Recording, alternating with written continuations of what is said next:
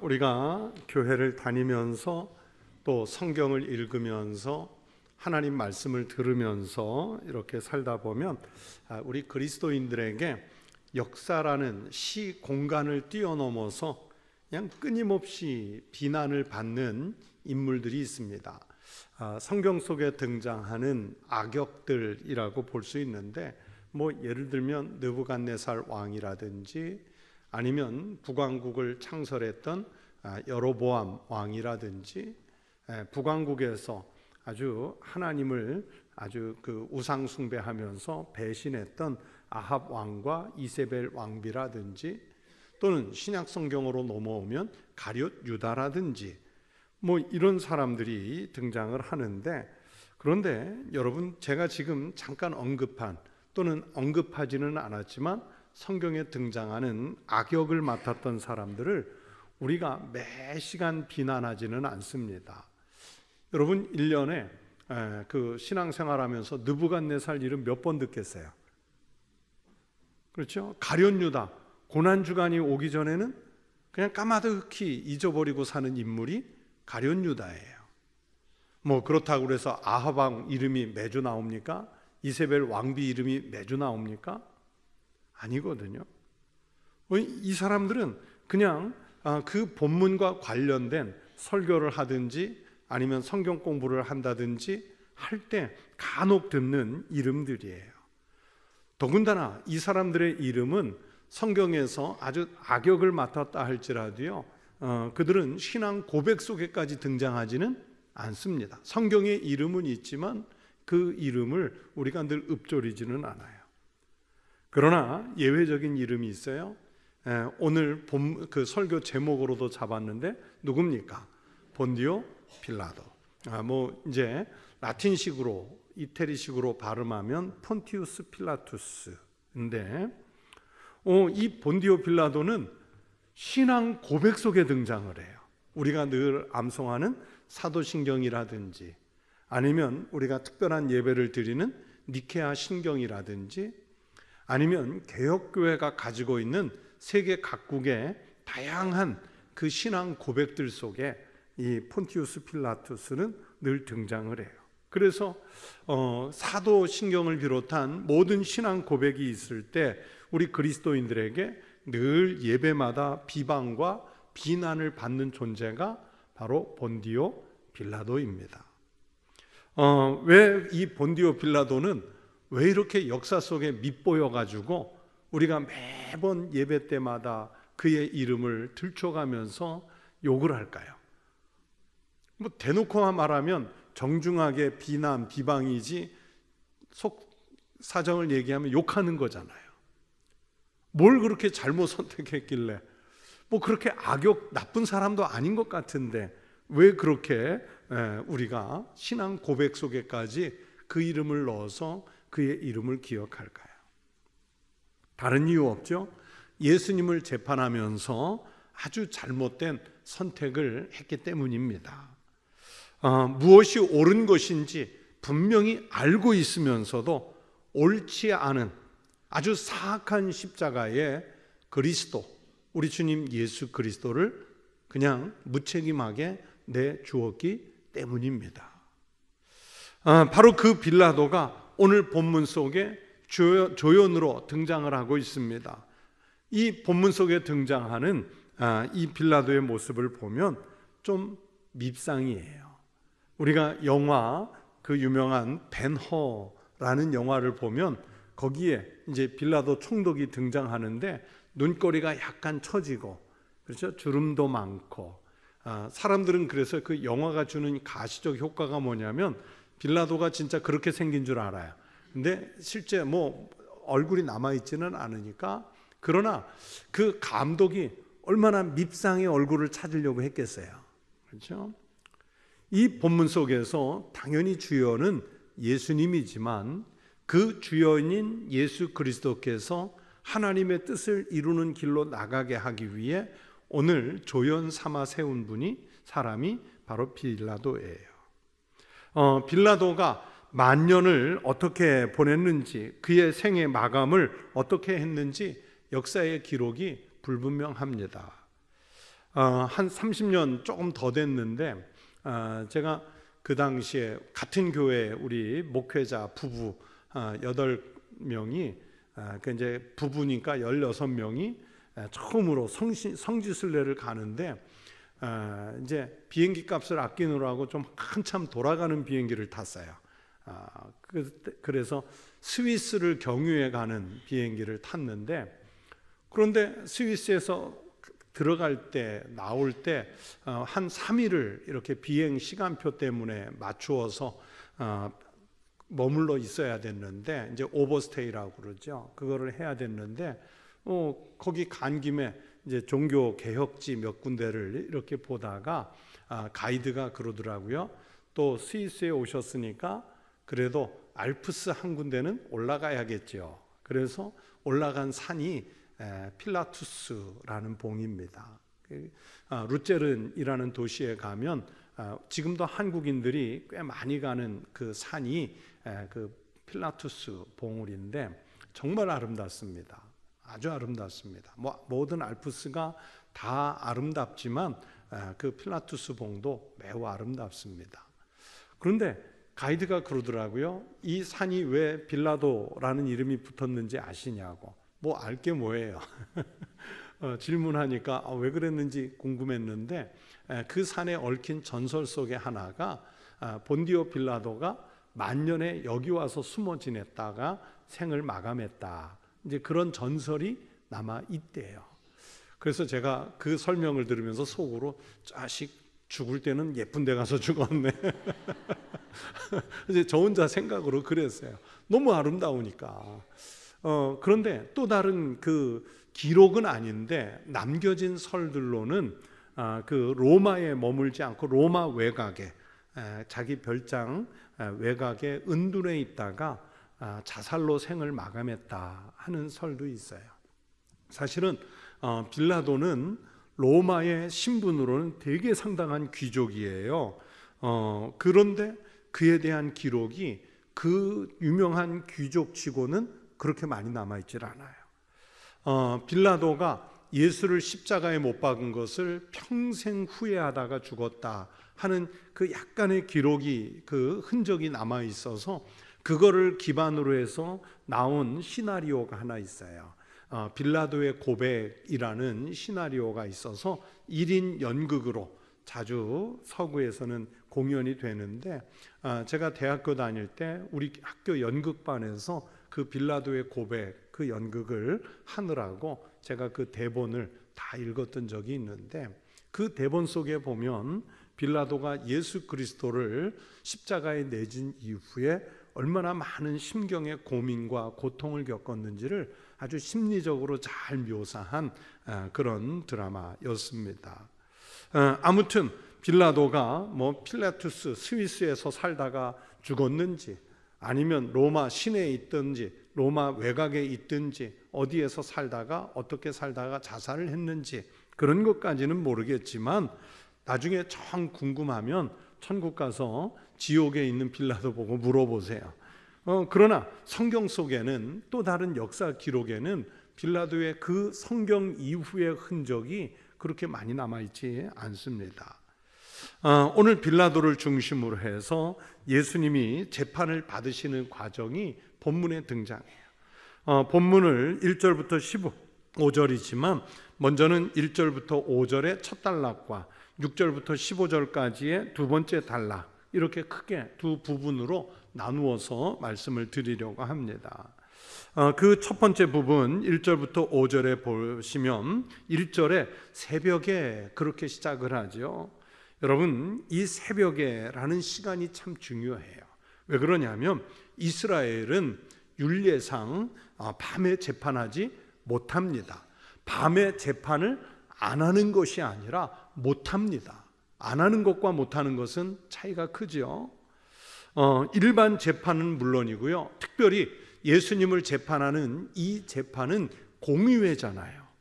이 공의회가 하는 재판은 더더욱이 할 수 없습니다. 일반 재판도 못하는데 공의회가 하는 재판은 절대 할 수 없어요. 그러니까 예수님의 재판이 예수님을 밤에 체포해서 오늘 본문에는 등장하지 않지만 다른 복음서들과 비교해 볼 때 안나스 가야바의 집을 들려서 1차 재판하고 빌라도의 법정으로 넘어올 때까지 이 재판은 자신들의 율법을 어기는 불법 재판이 벌어진 거예요. 그런데 왜 새벽에 빌라도의 법정으로 데려왔느냐? 이 재판의 마지막 결과를 우리가 한 것이 아니라 누가 했다고 핑계 삼으려고? 빌라도로 상징되는 로마가 재판을 끝냈다는 것을 상징하기 위해서 새벽에 빌라도에게 로마 법정으로 데려왔습니다. 이 불법을 합법화하려는 시도를 했어요. 자기들이 직접 재판하지 않았고 로마가 마지막 판결을 내렸다 하는 것으로 합리화하려는 의도를 가지고 새벽에 등장을 해요. 그런데 이 재판의 마지막 지형점, 이런 거 요즘에 그런 말이 있잖아요. 답을 정해놓고 한다고 그러잖아요. 이 재판은 답이 정해져 있어요. 자기네가 재판을 하든 로마 법정이 재판을 하든 어떤 답을 원하느냐? 예수님을 사형을 시키려는 목적을 가진 재판이었습니다. 시오노 나나미 여사의 로마인 이야기에 서술된 것을 보면요, 로마는 자기네가 정복한, 로마가 그 오늘날 스페인, 포르투갈이 있는 이베리아부터 시작해서 동유럽, 서유럽, 심지어 아시아 근방 그 터키까지 다 정복해서 대제국을 이루었습니다. 이 넓은 지역을 어떻게 로마가 쉽게 통치할 수 있었을까? 로마는요, 자기네가 정복한 지역의 정치제도 혹은 문화제도 혹은 종교 이런 부분들에 상당한 자치권을 부여를 했습니다. 그런데 역사 속에 보면요, 그 로마만 그런 것이 아니라 대제국을 이룬 나라들이 등장을 하지요. 예를 들면 아수르라든지 아니면 바벨론 제국이라든지 페르시아 제국이라든지 로마 제국, 또 아시아에서는 그 유명한 칭기즈칸의 원나라라든지 이런 대제국이 역사 속에 등장을 하는데, 이 대제국들은 아수르는 가급적이면 그 아시리아는 중앙 집권적으로, 그리고 나라와 나라 백성들을 막 섞어서 혼혈 정책을 하는 그런 정책을 폈지만, 이 아수르 제국 이후에 바벨론 아니면 페르시아, 원나라, 로마 제국 이런 나라들은 땅을 정복하면요, 가급적이면 그 지역의 문화, 정치, 종교 이런 부분들을 상당 부분 자치권을 인정을 해 주었습니다. 그래서 이 로마 제국도 그랬거든요. 그래서 로마는 자기네가 정복한 그 정복지, 식민지죠. 그것을 속주라고 하는데, 로마의 속주는 황제에게 속한 속주가 있고 또 그 원로원에 속한 속주도 있고 그랬어요. 그래서 그 계약 관계를 분명히 해가지고 로마와 그 속주, 식민지와의 그 정치적 관계를 분명히 하고, 그러면서 세금 문제, 군사 문제에 그 법률로 분명히 정해놓고, 그리고 외교적인 면에서는 지배 관계를 확고하게 해놓고, 그런 정도, 소위 말하는 통치와 관련된 부분들을 제외하고 웬만한 것은 상당 부분 자치권을 인정을 해줬습니다. 이 시오노 나나미의 로마인 이야기에 보면 이 부분을 아주 방대하게 서술을 해놓았어요. 그런데 말씀드린 대로 이베리아 반도부터 아시아에 또 동유럽, 서유럽에 이르기까지 그 많은 지역을 장악한 중에 자치권이 가장 많이 인정을 받은 민족, 아니면 자치권이 가장 많이 인정을 받은 나라가 어디였냐면 바로 이스라엘이었어요. 유대 민족이었어요. 왜 그랬냐면 이 시오노 나나미의 설명에 의하면 유대인은 매우 독특한 민족성을 가지고 있어요. 그리고 유대인들은 타민족과의 관계에 있어서 배타성이 아주 심했어요. 오죽하면 자기네는 선민이고 다른 자기네 유대 민족을 제외한 다른 이방 민족은 이방인, 또는 그래서 짐승 취급을 하고 있을 정도였지 않습니까? 특히 종교적인 면에서 로마라고 하는 나라는요, 다종교 국가이거든요. 다신교예요. 황제가 죽으면 신이 되는 나라. 그러면서 어떤 신이든지 다 받아줄 수 있고 수용하는 나라였는데, 그런데 이 유대인들은, 이스라엘은 유일신, 오직 하나님만 섬긴다는 이 명분 아래 다른 민족을 아주 무시하면서 차등화하는 그런 성품을 가지고 있었어요. 그래서 로마 제국은 쟤네는 통제가 안 되는 나라니까 땅을 정복해서 우리가 총독은 보내지만, 그래서 거기에서 세금도 거두고 군사적으로 방어는 하지만 그냥 지들끼리 살게 놔둬라 하고, 이렇게 어떻게 보면 거의 밀어낸 나라가 유대민족이었고 이스라엘이었어요. 그렇게 할 수 있도록 초석을 놓아준 사람이 누구냐면 옥타비아누스, 나중에 로마 제국을 황제 국가로 만들면서 스스로 제1인자 아우구스투스라고 그러죠. 아우구스투스가 되는 바로 옥타비아누스가, 아우구스투스가 그 길을 열어주었어요. 그래서 기록에 의하면 아우구스투스가 우리 신약 성경에는 아구스도라고 나오죠. 이 아우구스투스가 죽었을 때 가장 많이 운 사람들이 어느 나라 사람들이냐면 이스라엘 유대민족으로 나와 있어요. 왜 그러냐면 적국이잖아요. 우리로 말하면 일본 식민지였던 천황이 죽었다고 막 우리가 슬퍼할 수 있습니까? 아니거든요. 그런데 유대인들은 이 아우구스투스가 죽었을 때 비록 그에게 나라는 빼앗겼지만 그래도 우리가 어느 정도 독립적으로 살 수 있도록 보장해 준 사람들이다. 그래가지고 아우구스투스가 죽었을 때 가장 많이 울어준 나라가 이스라엘로 나와 있어요. 이 유대인들이 얼마나 자치권을 인정받았냐면 사법권도 인정을 받았습니다. 사법권이 오늘날 우리나라로 치면 어디입니까? 바로 검찰 또는 감사원 아니면 법원 이런 데잖아요. 그런 사법권을 인정을 받았어요. 단 사법권을 인정은 받았지만 뭐만 안 됐냐면 사형만큼은 로마의 허락을 받아야 했습니다.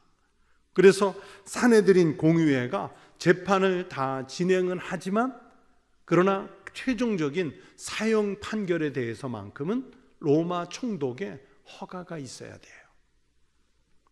그래서 예수님을 빌라도에게 데려가서 군중들이 소리 지른 그 의도, 예수님을 빌라도에게 로마 법정에 인도한 의도는 뭐냐면 바로 그래서 사형 선고가 목적이었어요.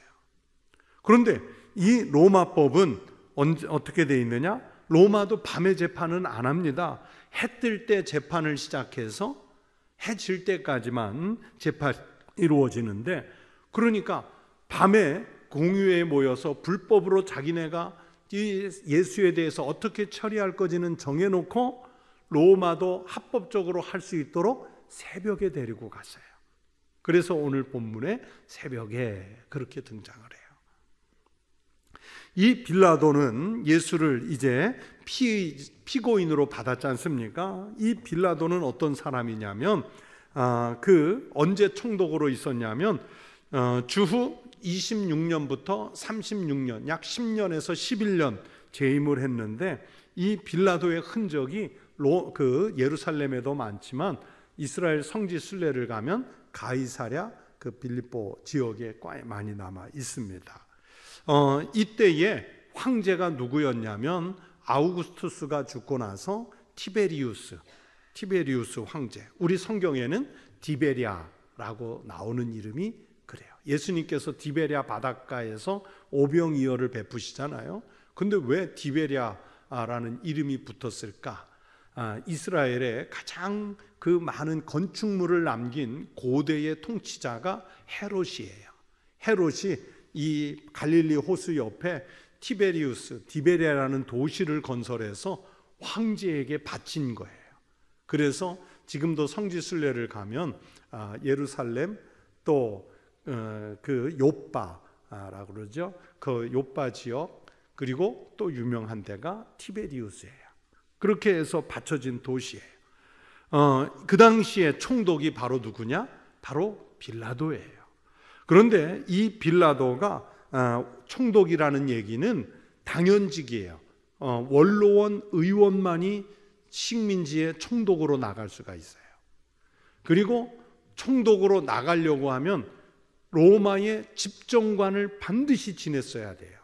로마의 중요한 통치자의 직분 가운데 하나가 집정관이었지 않습니까? 그러니까 이 빌라도는 범상한 인물이 아니라 원로원 의원이죠. 로마 시민들의 선거에 의해서 뽑힌 집정관의 경력이 있죠. 그러니까 로마의 아주 유명한 인물이었어요. 그러니까 집정관이 되면은 또 뭘 해야 되냐면, 전쟁이 나면 현 집정관은 물론이고 전 집정관이 반드시 어느 지역 전쟁터에 나갈 때 총사령관으로 가게 되어 있습니다. 그러니까 전쟁 경험이 꽤 많은 사람이었고, 그리고 총독으로 나갈 정도로 상황 판단이 매우 빠른 사람이었어요. 매우 상식적인 인물이었는데 그 상황 판단이 너무 지나치다 보니까 이제 오늘 본문 같은 사고가 나게 되었지요. 오늘 본문 속에 보면 빌라도가 2절에서 예수님께 이런 질문을 해요. 빌라도가 묻되 네가 유대인의 왕이냐? 예수께서 대답하여 이르시되 내 말이 옳도다 하시매. 여러분, 이 질문은 아주 본질적인 질문입니다. 그러나 로마인에게는 유대인들의 종교 갈등을 담고 있는 질문이죠. 네가 유대인의 왕이냐? 여러분, 어차피 이 팔레스틴은, 이스라엘은 로마의 식민지이기 때문에 자기들끼리 누가 왕이냐 이것 갖고 다투는 것, 어떤 종교적인 문제로 갖고 다투는 것, 니네 자치권이 있으니까 알아서 해라 하는 문제지, 빌라도 입장에서는 그렇게 큰 대수로운 문제가 아니었어요. 그렇기 때문에 네가 유대인의 왕이냐 이렇게 물었을 뿐이에요. 그런데 이 질문과 답변이 오고 가는 속에 빌라도는 아주 간단하게 예수님이 무죄라는 것을 발견하죠. 그래서 예수님에게 답변 기회를 제공합니다. 4절에 보면 빌라도가 또 물어 이르되 아무 대답도 없느냐? 여기서 그들은 대제사장, 서기관들, 바리새인들, 로마 군중들 얼마나 많은 것으로 너를 고발하는가 보라 그래요. 그래서 지금 이 많은 사람들 앞에서 답변을 해서 당신이 지금 오해를 받고 있는 이 문제를 변명을 해서 풀어보라는 기회를 주고 있습니다. 그런데 예수님은 그 기회를 쓰지 않으셨어요. 침묵하십니다. 예수님이 침묵하시니까 5절에 빌라도의 반응이 나오죠. 놀랍게 여기더라. 여러분, 서양에 이런 격언이 있어요. 세상에서 제일 깨끗한 사람들은 감옥에 있다. 여러분, 감옥에 있는 사람 치고 억울하지 않은 사람이 있나요? 죄 있는 사람이 있는가요? 나는 죄가 없는데 그때 그냥 우연히, 아니면 오해를 받아서 누명을 써서. 그래서 대부분의 그 죄수들은 어떻게 하든지 살기 위해서 변명을 하지요. 그리고 기회가 닿는 대로 변론할 기회로 삼습니다. 그런데 예수님은 총독이 기회를 주는데도 그 기회에 아무 말씀도 하지 않으시고 침묵하세요. 그러니 빌라도가 볼 때는 놀라울 수밖에 없었지요. 이런 그 일련의 과정 속에 빌라도가 매우 우유부단한 판단을 내리는데, 그러니까 결국 나중에 하나님 나라에 올 때까지 빌라도는요, 교회에서 예배가 이루어지면 늘 비방을 받는 인물로 남게 됩니다. 여러분, 신앙은 예수님을 선택하는 문제는 중간지대가 없습니다. 이 회색 신앙이라고 그러죠. 양다리 걸친다고 그러죠. 그런 게 없어요. 단테의 신곡편을 보면은, 단테의 신곡이라는 그 작품에 보면 단테가 세 개의 그 하늘을 묘사합니다. 천국편, 연옥편, 지옥편 이렇게 하는데 예전에 오래전에 읽을 때 보니까 지옥편에 뭐가 있던가 하면 여러분 지옥에 가 있는 사람들의 죄목 가운데 뭐가 있냐면 중간신앙. 혹시 하나님 나라가 진짜 있을까 해서 교회는 다니는데, 제가 현대적으로 풀어서 드리는 거예요. 교회는 다니는데 삶은 하나님 없는 삶을 살아요. 자기 마음대로 살아요. 그러니까 교회는 뭐예요? 그냥 보험이에요. 보험이에요. 그런데 나중에 그 단테의 묘사에 의하면 그 사람들 어디가 있다고요? 그러니까 여러분 보험용으로 여기 와 있는 교인들도 꽤 있단 말이에요. 꽤 있어요. 그분들 나중에 천국에서 못 보는 거예요. 못 보는 거예요. 단테의 표현대로라면 이런 그 양다리 걸치는 신앙은 옳은 신앙이 아니에요. 이런 부분에 대해서 그 사도 요한이 요한계시록에서 그걸 질타한 교회가 있어요. 라오디게아 교회.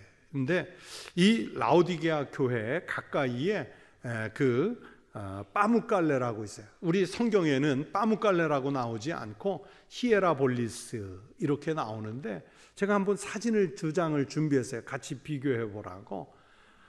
죽기 전에 꼭 가보아야 할 아름다운 곳, 항상 5위 안에 드는 곳 중에 하나예요. 아마 저랑 성지순례 갔던 분들은 저기를 한번 데려가면 내려올 생각을 안 하는데 저렇게 물이 정말 예뻐요.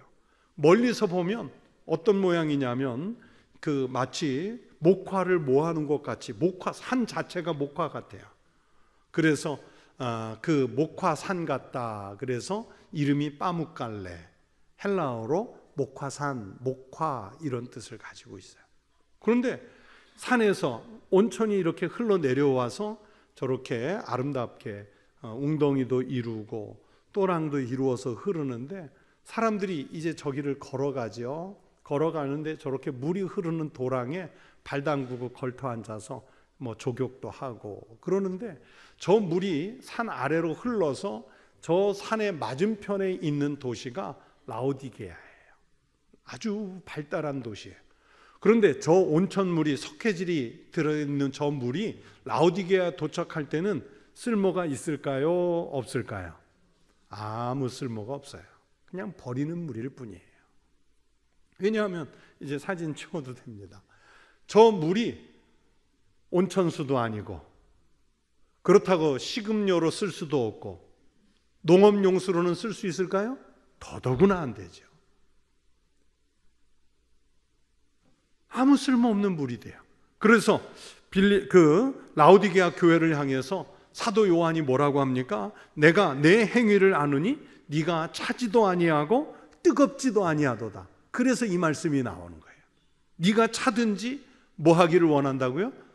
차갑든지 뜨겁든지 뭔가 하나 결단을 내려야 쓸모가 있는 물이 되는데, 소위 말하는 뜨뜻미지근 아무 쓸모없는 물, 마실 수도 생활용수로도 농업용수로도 쓸 수 없는 물.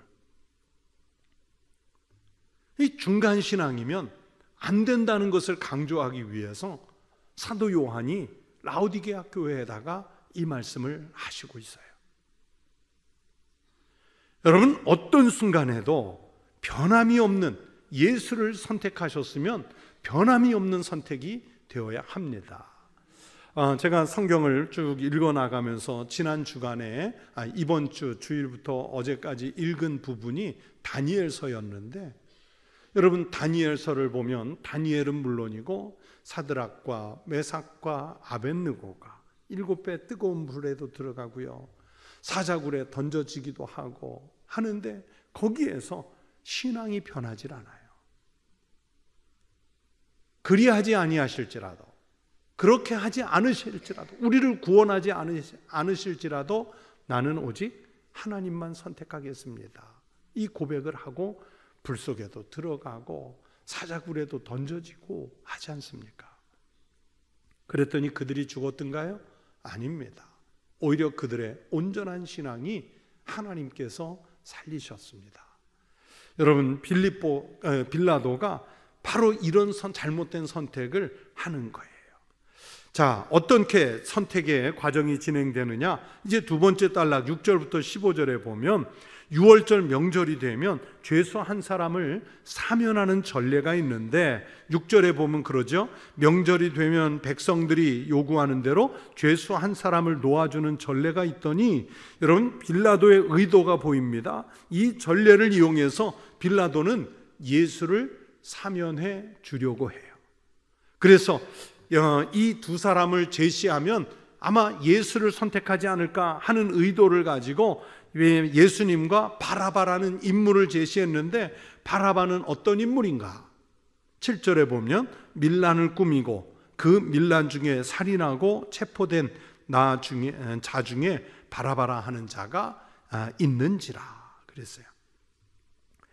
제가 청소년 시절에 봤던 아주 은혜로운 영화가 있는데 지금은 구할 수 있을는지 없는지 모르겠어요. 바라바와 관련된 전설을 영화로 만든 내용인데 혹시 보신 분도 있는지 모르겠어요. 바라바라는 영화 아세요? 제가 참 좋아하는 배우 안소니 퀸이 주연을 했던 영화인데 그 전설에 의하면 바라바가 예수가 죽고 자기가 오히려 살아난 것 때문에 방황하다가 예수를 고백하고 이제 전도자의 삶을 사는 그런 내용을 다룬 영화인데, 전설에는 바라바가 나중에 하나님의 종이 되는 그런 사람이 됐다 하는 그 전설이 있어서 그걸 가지고 만든, 아마 1960년대에 만들었지 않았을까 싶은 흑백 영화니까요. 한번 언젠가 구할 수 있으면 다시 봤으면 하는 영화예요. 그러나 아무튼 예수님과 재판을 같이 받을 때는 밀란을 꾸미고 그 밀란 중에 살인하고 체포된 자였어요. 여러분, 이 로마 법에서 모든 자치권을 허락한 것 같지만 절대적으로 해서는 안 되는 게 난을 일으키는 겁니다. 밀란, 이거는 사면이 되지 않아요. 반역죄에 해당됩니다. 거의 열이면 열이 사형에 처해집니다. 로마의 원칙이 뭐냐면 팍스 로마나, 이게 라틴어로 뭐냐면 로마 제국의 평화 시대예요. 이 팍스 로마나 시대를 유지하는데 가장 결정적인 게 뭐냐면 로마 제국이 가지고 있는 힘입니다. 힘, 무력, 군사력. 그래서 이 힘에 의한 평화를 방해하는 것은 무조건 제거를 합니다. 그런데 이 성경 속에 바라바가 밀란을 일으켰고 그 밀란 중에 살인한 죄인이 됐기 때문에 사면을 기대할 수는 없습니다. 제로에 가깝습니다. 그래서 빌라도는 아마도 이 살인자인 바라바와 또 사람들이 많이 따르는 예수를 제시하면 당연히 군중들이 예수를 선택할 것이라고 판단을 했습니다. 그래서 10절에 보면 빌라도가 그런 마음을 갖고 있죠. 이는 그가 대제사장들이 시기로 예수를 넘겨준 줄 알미러라. 대제사장과 서기관들은 예수를 죽이려고 하지만 그러나 저 군중들 중에는 예수를 따르는 자가 많았기 때문에 예수를 놓아달라고 할 줄을 알았어요. 살인자 바라바를 사면해달라는 말을 사람들이 외칠 것이라고는 생각하지도 못했어요. 그러나 재판이 진행되는 이 본문 속에서 눈여겨볼 사람들이 누구냐? 바로 군중들입니다. 이 군중들은 참 완악한 무리들이에요. 8절에 보면 무리가 나아가서 전례대로 하여 주기를 요구한데, 즉 자기네들이 한 사람 풀어주는 권리를 요구하는데 어떤 요구냐? 11절 그 군중들은 지금 대제사장들의 충동을 받아서 누구를 놓아달라고? 도리어 바라바를 놓아달라, 그렇게 외치고 있습니다. 예수님을 십자가에 못 박으라고 거의 광적으로 부르짖는 이 군중들 중에 대부분은 한때는 예수님을 흠모해서 쫓았던 사람들이었을 것이에요. 예수님이 예루살렘에 입성할 때 왕이 오시는 줄로 알고 그리스도 메시아가 오시는 줄로 알고 어린아이를 포함해 많은 군중들이 나와서 호산나 호산나 다윗의 자손 예수여 막 그러면서 아주 정력까지 흔들며 웃옷을 길에 깔아가며 예수님을 영접했습니다. 아마 이 사람들의 마음속에 그려왔던 메시아, 선지자들이 그렇게 역사 속에서 외쳐왔던 그리스도 메시아, 이분을 예수님에게 기대했어요. 그러나 너무 무기력하게 체포가 돼서 재판을 받고 있는 그 어린 양 같은 예수님, 그분을 보면서 자기네들이 생각했던 그 기대가 허물어지니까 어쩌면 실망하고 분노에 사로잡혔을 수는 있습니다. 이 사람들이 소리를 지르니까 빌라도가 당황해서 그럼 예수를 어떻게 하면 좋겠느냐 하고 물었어요. 13절에 그들이 다시 소리 지르되 그를 십자가에 못 박게 하소서. 여러분, 빌라도는 예수가 죄가 없음을 압니다. 그래서 14절에 그랬죠. 빌라도가 이르되 어찌미냐 무슨 악한 일을 하였느냐 하니 더욱 소리 지르되 십자가에 못 박게 하소서 하는지라. 자, 빌라도는 자기도 당황할 만큼 예수님 죄 없음을 알았어요. 그런데 그렇게 확신했다면 당연히 무죄를 선고하고 풀어주어야만 했습니다. 그러나 빌라도는 15절에 보니까 이렇게 말씀하죠. 빌라도가 무리에게 만족을 주고자 하여 바라바는 놓아주고 예수는 채찍질하고 십자가에 못 박히게 넘겨주니라. 바로 이 장면이 빌라도의 잘못된 선택입니다. 빌라도가 이 대목에서 우유부단한 판단을 했어요. 2000년 동안 우리 그리스도인들의 신앙 고백 속에 저주의 대상이 되는 이유가 됐습니다. 빌라도의 이 잘못된 선택과 함께 군중들은 왜 그렇게 갑자기 돌변해서 예수님을 배반했을까? 첫째는 메시아에 대한 기준을 하나님의 뜻이 아닌 내 생각으로, 내 판단으로만 기대했습니다. 여러분, 사람이 생각하는 바와 하나님이 일하시는 방법은 다릅니다. 그래서 잠언서에도 그렇고 전도서에도 그렇고 성경 곳곳에 뭐라고 말씀하시느냐? 하나님의 생각은 우리 사람의 생각과 다르다 그랬어요. 하나님께서 옳은 길은 사람이 죽는 길인 줄 알 수도 있어요. 이 사람이 생각하는 바와 하나님이 일하시는 방법이 다릅니다. 사람들은요, 그리스도 메시아 그러면 다윗 같은 군사적인 메시아 기대하는데 하나님은 예수를 보내실 때 평화의 왕을 보내셔요. 사람들은 전쟁에서 싸워 이기는 왕 같은 메시아를 기대하는데 하나님은 성령을 통해서 은혜의 방법을 사용하시는 하나님이십니다. 여러분, 우리도 그래요.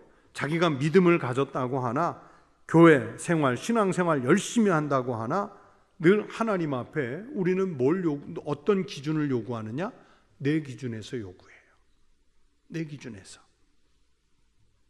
여러분, 하나님의 응답은 때로는 나의 기대와는 전혀 다를 수 있습니다.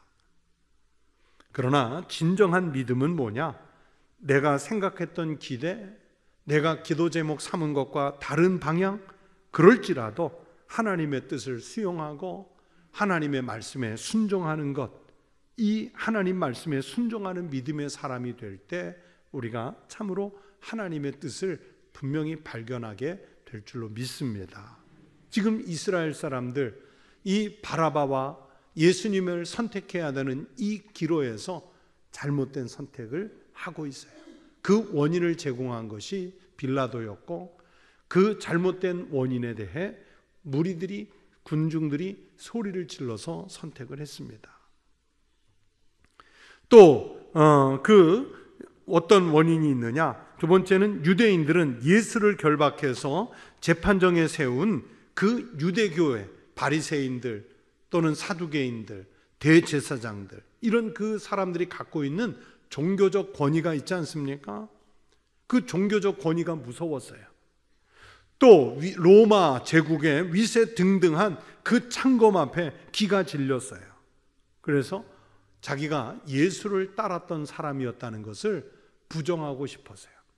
예수와 안다고 말하는 게 두려웠어요. 여러분, 이런 그 군중들의 모습 속에서 뭘 발견할 수 있냐면, 우리는요, 눈에 보이지 않는 하나님의 권위보다 당장에 눈에 보이는 세상 권위에 굴복하지요. 아니면 세상의 이권에 굴복합니다. 사도행전 4장 19절부터 20절에 보면 그 마찬가지로 이스라엘의 종교적 권위를 가지고 있는 사람들이 베드로와 요한을 겁박하는 장면이 있어요. 그랬더니 베드로와 요한이 뭐라고 대답하느냐? 하나님 앞에서 너희의 말을 듣는 것이 하나님의 말씀을 듣는 것보다 옳은가 판단하라. 우리는 보고 들은 것을 말하지 아니할 수 없다 하니. 당신들이 아무리 우리를 협박해도, 아무리 우리를 회유하려고 해도 우리는 예수 그리스도를 보았고, 우리는 예수 그리스도의 말씀을 들었고, 우리는 예수 그리스도를 통해 하나님 뜻을 알았기 때문에 여기를 따른다는 거예요. 그래서 당신들의 그 권위적인 말을 듣는 것보다 하나님 말씀을 듣는 게 더 옳은 거냐? 하고 반문을 하고 있습니다. 베드로와 요한, 사람은 약할지 몰라도요, 세상 권위에 굴복하지 않았어요. 하나님의 뜻에 순종하기 위해서 세상 권위를 거절했습니다. 여러분, 우리도 그렇습니다. 우리는 비록 약할지라도 우리의 신앙은 세상의 권위에 굴복하지 않는 크고 깊고 넓고 담대한 믿음을 가져야 할 줄로 믿습니다.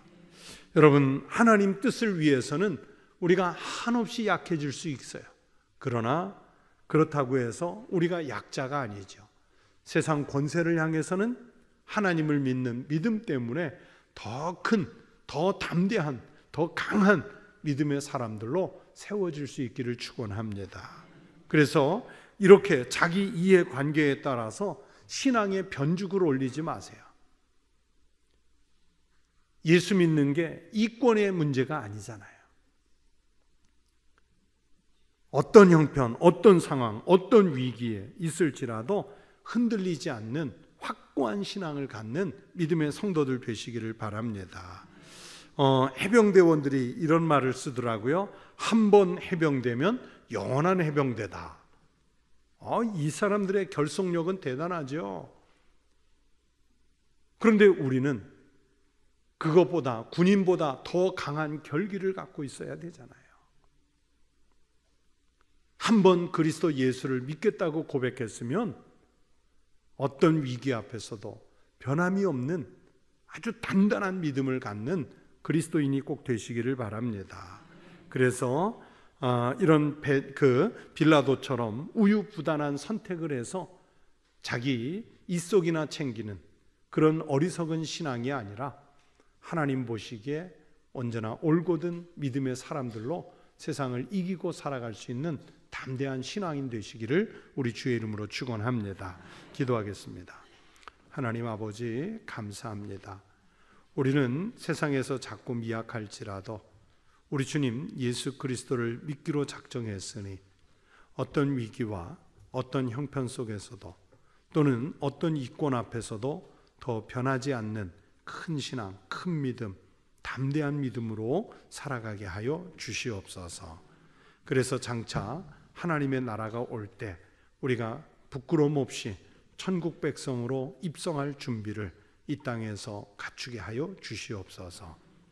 하나님, 이 시간 귀한 예물을 드린 손들이 있습니다. 그 손에 그 가정과 일터에 하나님께서 하늘의 것으로 크게 채워 주시옵소서. 감사하며 예수님 이름으로 기도하옵나이다. 아멘.